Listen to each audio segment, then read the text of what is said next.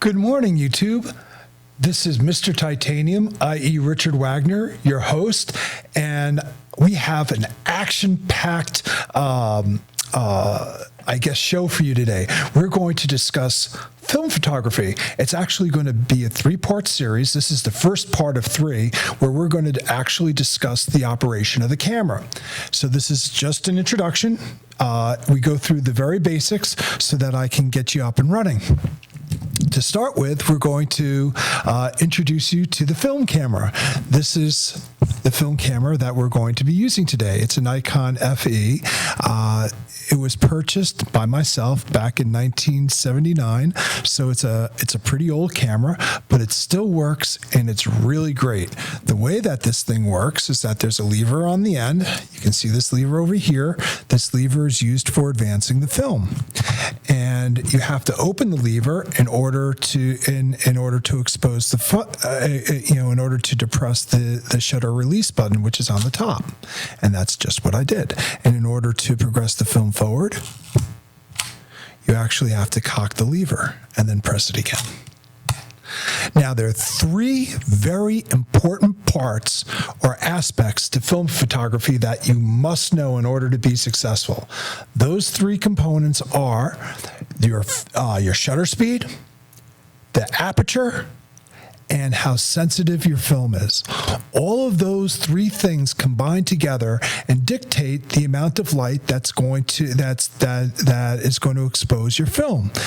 The more light that exposes the film, the darker the negative. The less light, the negative won't be exposed and you won't get an image at all. So you need to have proper exposure in order for you to be able to get an image on film.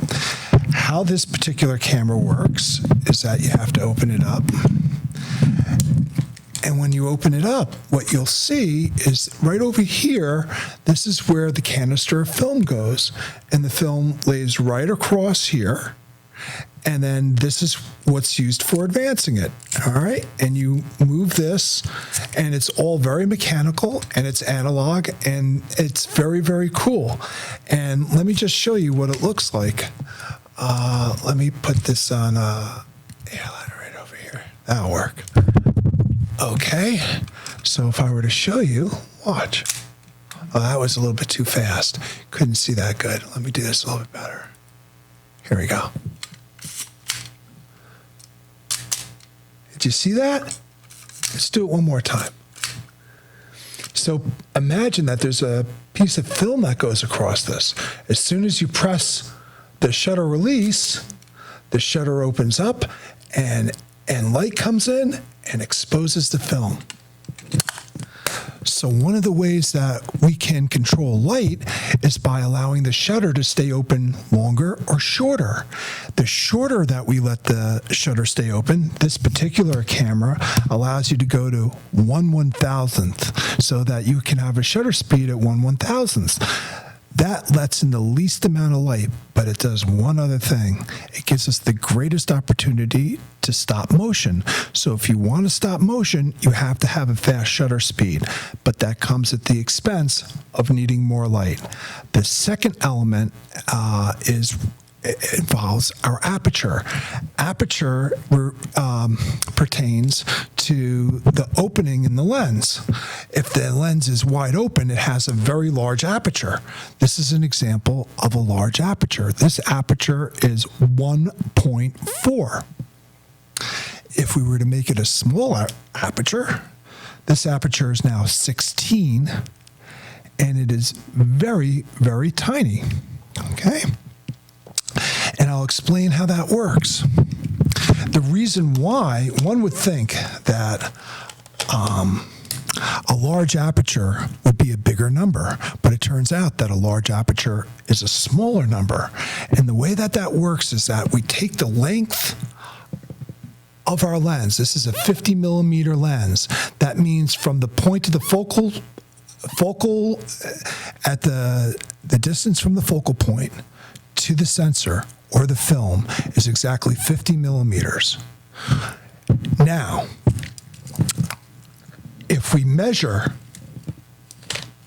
the diameter of our aperture, here, I'll set this right now. this aperture diameter is now 25 millimeters. So if you take 50 millimeters and divide it by 25 millimeters, you get an f of 2. And that happens to be what this is set at. This is now set at an f-stop of 2.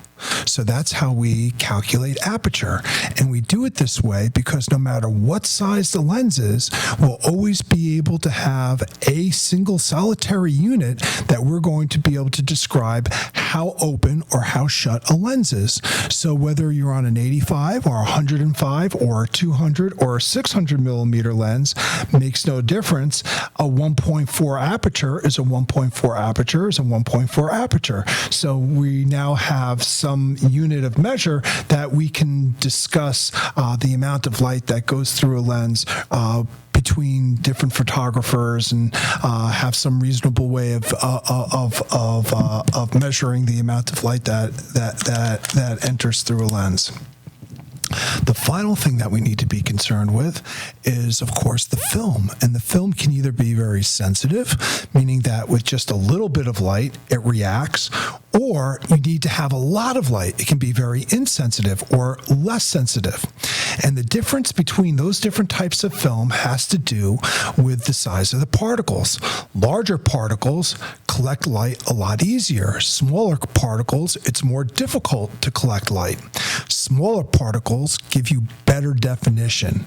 Larger particles give you poorer definition, but allow you to take images in low light situations. So there's always a trade-off between the quality of the image that you're taking itself, meaning its ability to enlarge it, compared to the amount of light that you need, and the inconvenience of using a film that's insensitive to light that has very, very small grain, but that is higher definition.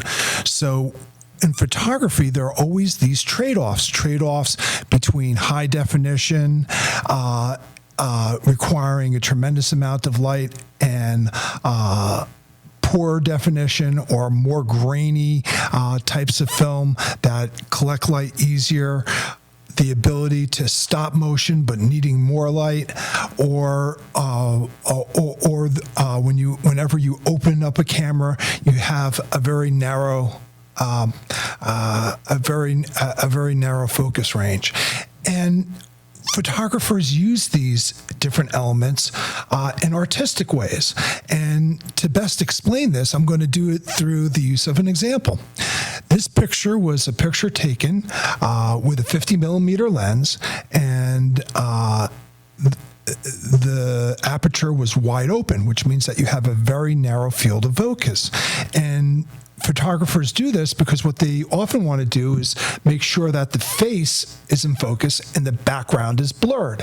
And so an example of where you shot somebody with the lens wide open is something like this. Here you can see that her whole face is nice and sharp, but the background is blurred. That was done through using an aperture of 1.4. That means that the aperture was wide open.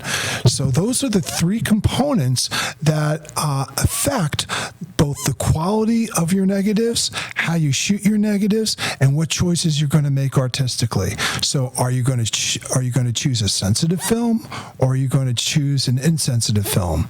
Are you going to shoot wide open, or are you going to shoot closed?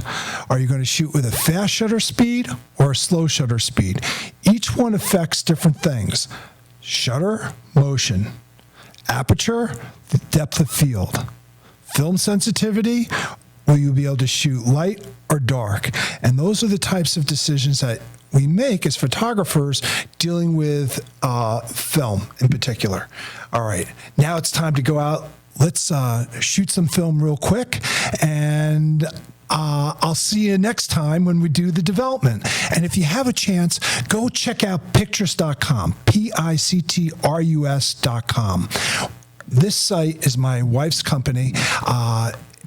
My wife's company specializes in creating opportunities for disabled adults, developmentally disabled adults, and Right now, we have a holiday store.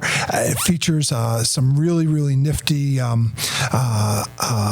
mugs. These mugs have pictures of our hand drawings of our dogs, Mel Mel and Callie and so forth. And the one of Callie, which is our black dog, that whole mug is black. And when you pour hot coffee in it or hot tea or whatever warm liquid, it goes from being black to being white and reveals the actual and reveals the actual animal.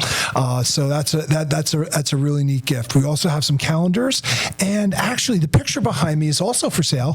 I'm going to hang this up. It's a canvas. It's really colorful. It's great for the office, and I really would like you to go out and check out pictures.com.